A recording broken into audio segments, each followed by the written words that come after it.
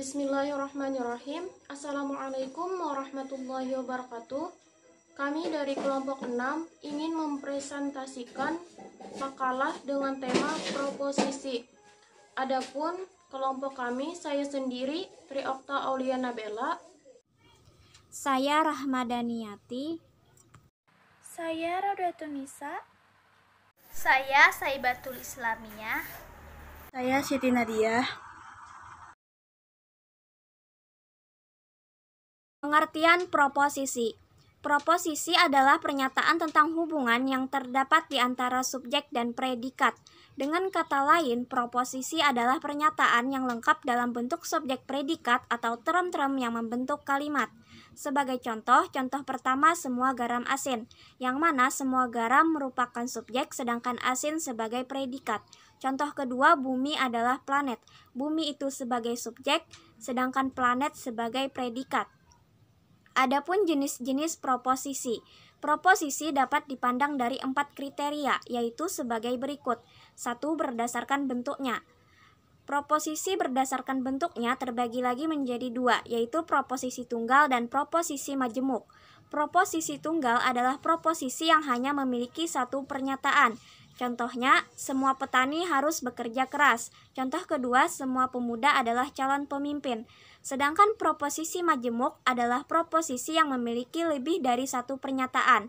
Contohnya, semua petani harus bekerja keras dan hemat. Proposisi majemuk ini sebenarnya terdiri atas 2 proposisi, yaitu semua petani harus bekerja keras dan semua petani harus hemat. Berdasarkan sifat pembenarannya atau pengikarannya. Proposisi kategorial. Proposisi kategorial adalah proposisi yang menunjukkan pembenaran atau pengikaran yang bersifat mutlak, pasti benar atau pasti salah, atau hubungan subjek yang mempredikatnya terjadi tanpa syarat. Contoh, semua manusia akan mati, yang tekun belajar pasti berprestasi. B. Proposisi kondisional. Proposisi kondisional adalah proposisi yang menunjukkan pembenaran atau pengikaran yang memiliki syarat atau berupa pilihan. 1. Proposisi kondisional hipotesis. Proposisi yang menunjukkan pembenaran bersyarat. Contoh, jika hujan, tanah becek. Jika Anda tekun belajar, Anda pasti berprestasi. 2. Proposisi kondisional disjungtif. Proposisi yang didasarkan pada pembenaran yang berupa pilihan. Contoh, Amir harus membantu orang tuanya atau membersihkan halaman rumah. 3. Berdasarkan kuantitasnya. A. Proposisi universal. Proposisi yang menerangkan sebuah aspek atau mencangkum sebuah bagian yang ditandai kata tugas seperti semua, seluruh, setiap kali, dan masing-masing. Contohnya, semua siswa harus mengikuti upacara bendera. Yang kedua, semua dokter adalah orang pintar. B. Proposisi partikular.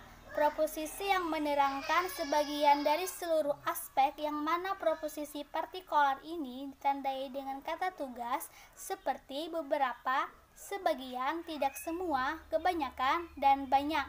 Contohnya, tidak semua siswa rajin belajar. Yang kedua, beberapa warga negara Indonesia tidak memiliki rasa kebangsaan yang kuat. C. Proposisi singular. Proposisi yang menerangkan satu bagi yang mana proposisi ini ditandai dengan kata tugas ini dan itu. Contohnya, orang berbaju batik itu pamanku. Yang kedua, rumah ini akan dijual. 4. Berdasarkan kualitasnya. A. Proposisi positif. Proposisi yang membenarkan adanya persesuaian hubungan antara subjek dan predikat.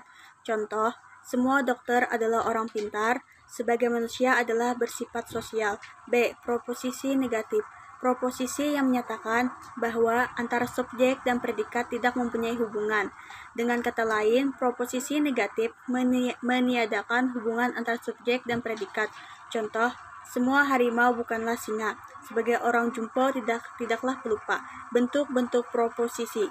Berdasarkan kualitas dan kuantitasnya, proposisi dapat dibedakan menjadi 4 kategori, yaitu proposisi A, E, I, dan proposisi O.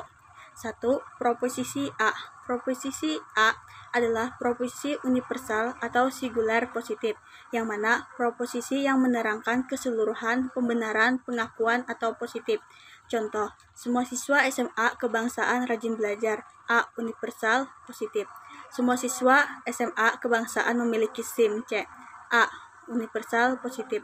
Andi selalu mengerjakan tugas-tugas sekolah. A. Singular positif.